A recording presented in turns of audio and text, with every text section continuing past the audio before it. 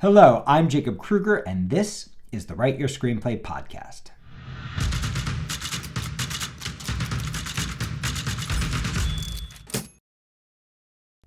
Let's talk about archetypes. So, archetypes are probably one of the most valuable and also most challenging concepts in screenwriting. To really understand archetypes, we have to actually go back all the way to the source, which is Jung, famously not a screenwriter.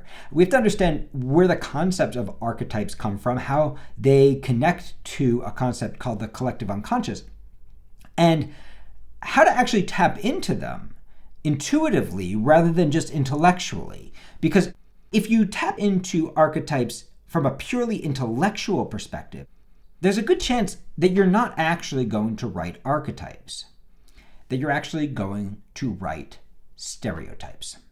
So what is an archetype? How do they work? How do you write them? How do you connect to the archetypes that live inside of you? That's what we're going to be talking about in this podcast. So archetypes begin with Jung and his idea of the collective unconscious.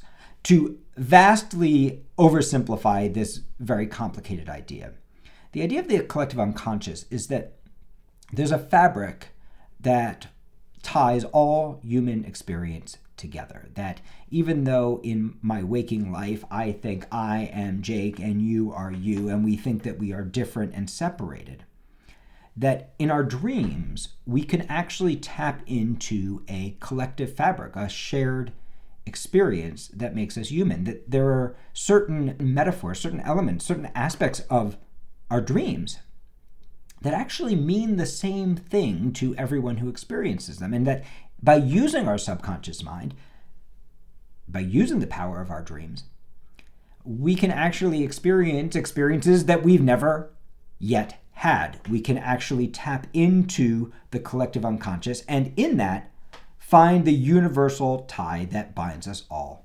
together. This is a very beautiful concept.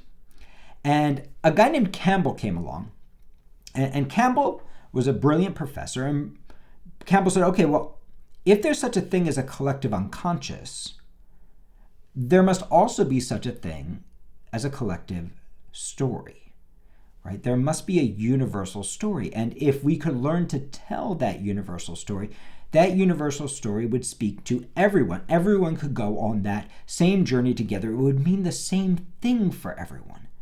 And in that way, it could move us all to a place of catharsis, of meaning, of growth, of connecting to who we are as human beings. And he called this the hero's journey. And you've probably heard that concept if you've been studying screenwriting or any kind of writing for a while.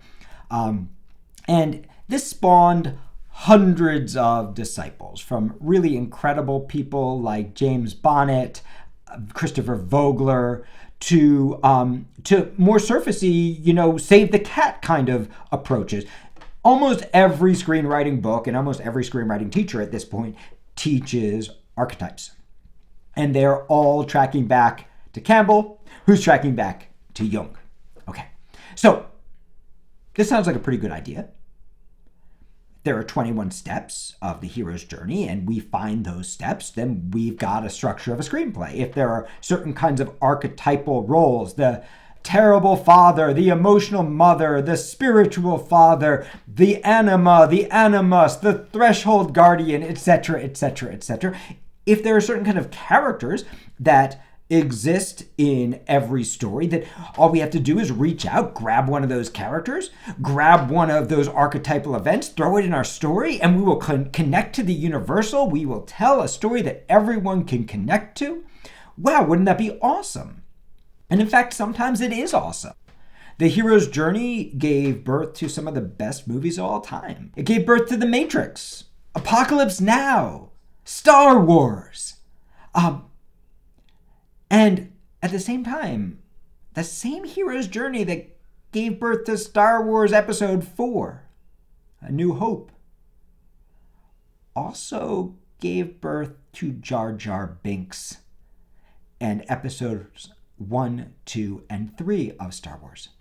The same elements that made these incredible stories universal in other hands, and sometimes even in the same hands of the same writers, created stories that were stereotypical, predictable, formulaic, untruthful, that did the opposite of connecting to our collective unconscious and taking us all on a journey where we could see the fabric that ties us together, where we could experience catharsis by watching somebody else's journey, where we could go, that's me up there. I know what that feels like.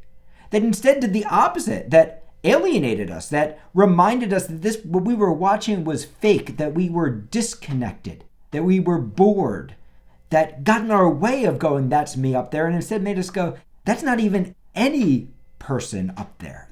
There is something disconnected from the fabric of humanity with what I am seeing right now. And if you're a screenwriter, you also know what that feels like in your writing. You know what it feels like to write something. Even if everybody loves it, you're like, this is a bunch of BS. This is not connected. This is not truthful. I know there's something off. I feel like there's a wall between me and my character. I feel like there's a wall between me and my structure. We all know what it's like to feel that. And the good news is that archetypes can actually help you transcend that. But archetypes can also get in the way if you use them intellectually.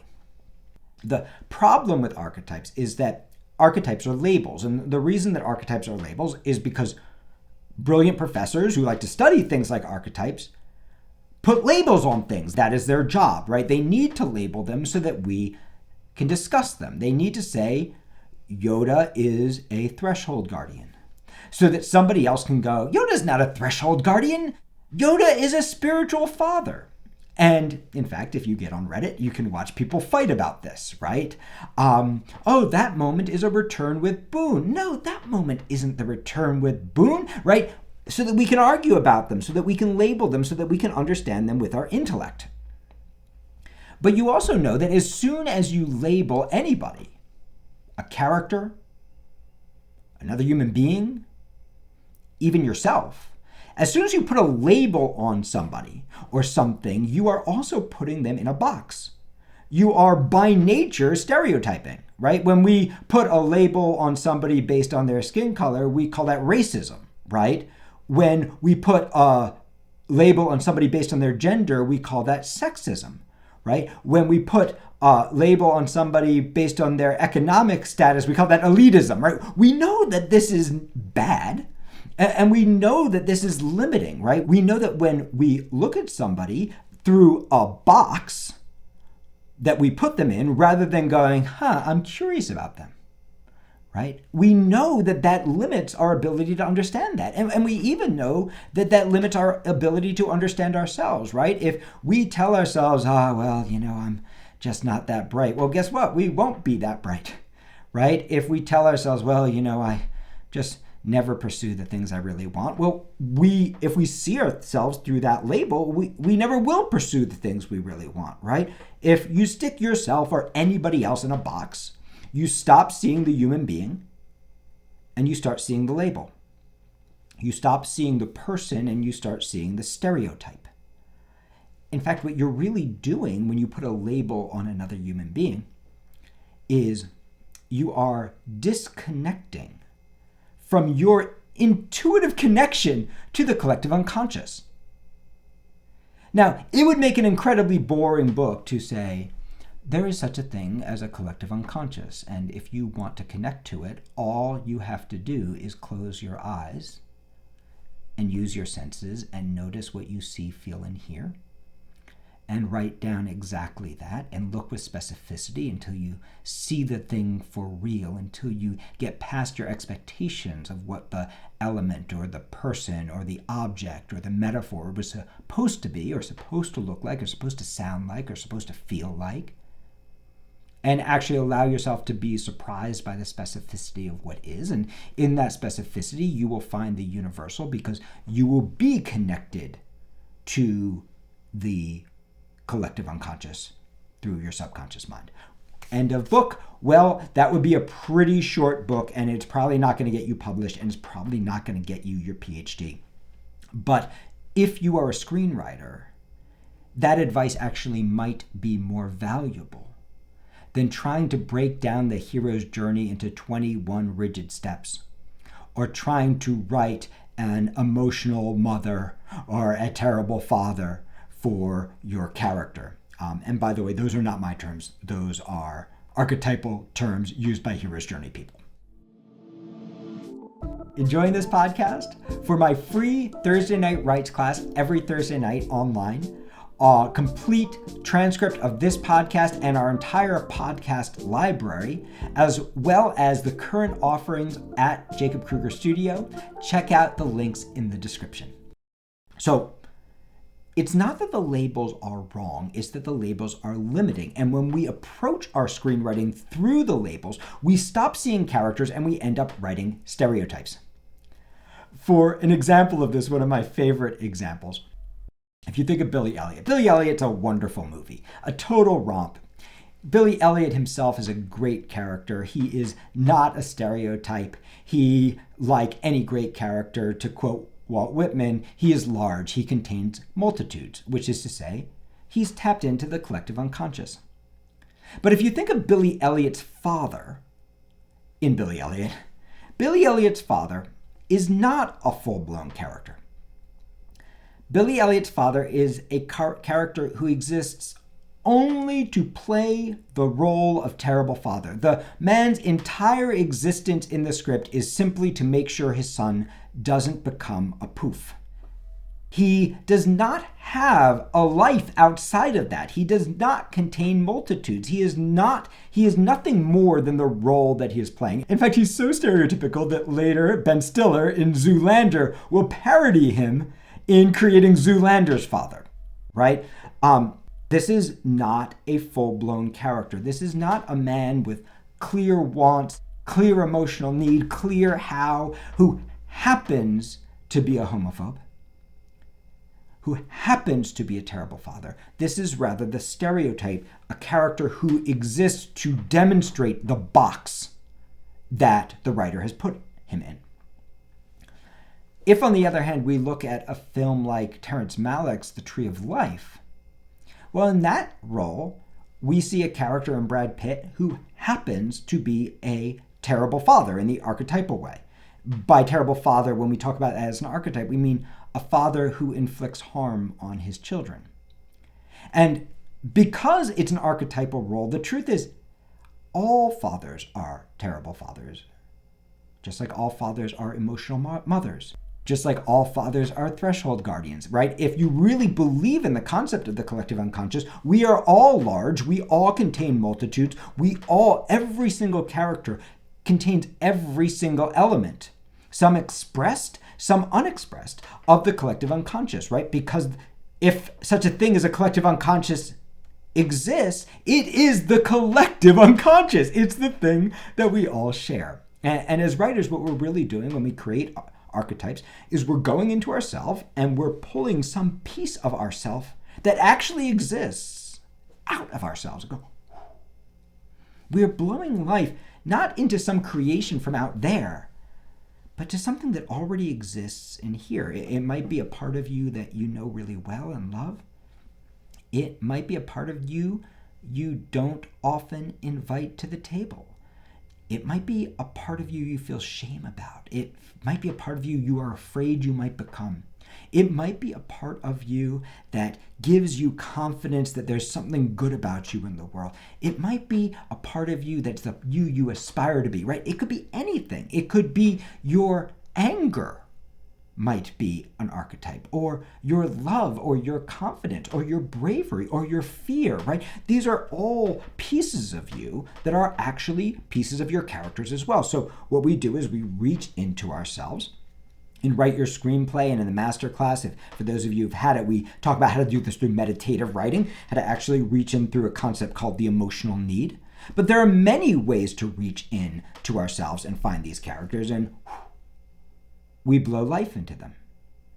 And the truth is, you can even reach into your characters if it's helpful by using an archetypal term. You can go, well, where is the terrible father in him? Well, where is the emotional mother in him? Right? We can find those archetypes. We can even go, what are the unexpressed parts of our character? what are the parts of them that they are not showing, and can we blow life into those parts and allow those parts to become characters in our screenplay? So there are many ways that we can do that. If we go back to Terry Malick's Tree of Life, Brad Pitt happens to be a terrible father, in that he happens to inflict harm on his children, even though all fathers do that, whether they want to or not, just like all mothers do that, just like all people do that. We all have this part of us that inflicts harm on other people, sometimes on purpose, sometimes totally by accident, sometimes from negative intentions, sometimes out of love. But we all have the terrible father in us, regardless of our gender, right? We all have that piece of us that either purposely or unintentionally inflicts harm on somebody that we love, on somebody that looks up to us, on somebody that's dependent on us. Just like we all have the emotional mother in us, right? We all have that part of us that loves and nurtures and cares for the emotional well-being of another, right? We all have these different archetypes inside of us, and at different times in our lives, we may be expressing one archetype a little more strongly than all the others. So if you think of Brad Pitt's character, he happens to be a terrible father, but he's not there to be a terrible father. He's there to make sure that his children get the choices that he didn't get to have. Brad Pitt in The Tree of Life, he wants his children to be artists. He's not like the coal digger father who doesn't want his son to be a poof. He wants his children to be artists. He wants them to get to do the things that he didn't get to do. It's the how, the way that he does it, that ends up making him a terrible father. And again, not terrible in a judgment way, not like he's a terrible father. Terrible in that he unintentionally inflicts psychological and emotional harm on his children. So we have Brad Pitt, we have this incredible character, right?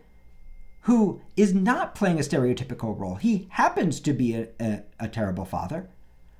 One of the most painful moments in The Tree of Life for me is the moment where Brad Pitt is simply trying to get his children to kiss him goodnight.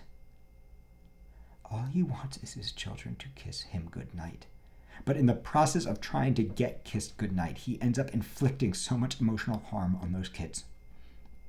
So, do you see, when you realize your characters are large, they contain multitudes, when rather than using the archetype as the limiting belief about the character, you allow the archetype to kind of shimmer in your hand, right? To realize this is a big part of the character, but I'm not going to make them the archetype. Rather, I'm going to use the archetype to connect to them. Again, you can go through any different window. For example, in Write Your Screenplay, we talk about 5 different windows that all help us connect to archetypes, all without giving a single label. There are so many ways you can connect to archetypes. But the goal is not to make something up or to demonstrate that a person is a certain way. The goal is to go, if I focus on this, what do I find inside of me? If I watch them closely, what do I notice them doing?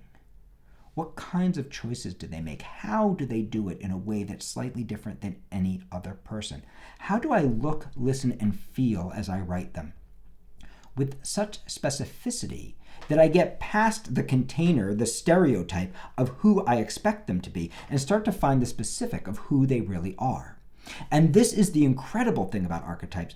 When we get specific, we tap into the collective unconscious.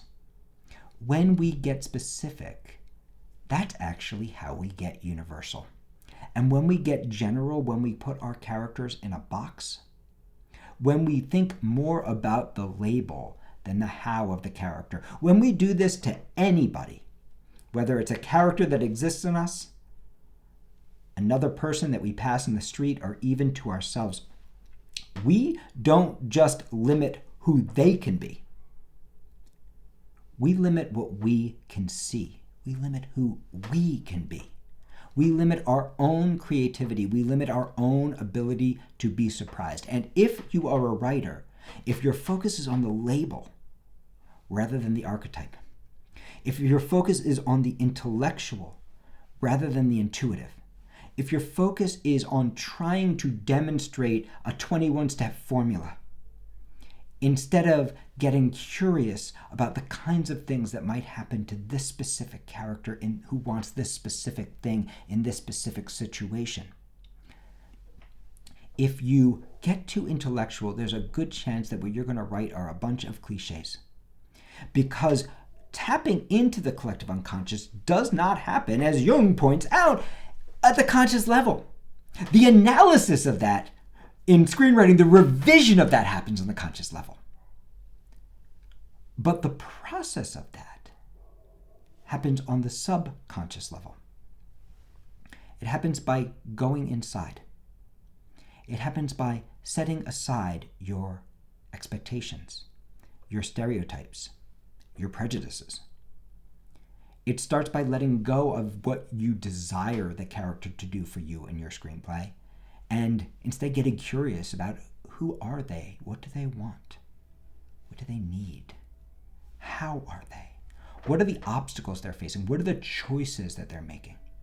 It puts you back in the intuitive driver's seat, and it allows both you and your character to break out of the cliche. It allows you to see them clearly, and in seeing them clearly, to tap into the collective unconscious in a way that just might let you see yourself more clearly as well. Got a screenwriting topic you'd like me to cover? Go ahead and comment below or tag me. We're on all social media channels at the JK Studio, and your question just might get selected for a podcast. Remember to join us for Thursday Night Writes or for any of my awesome online classes. You can find out more at writeyourscreenplay.com.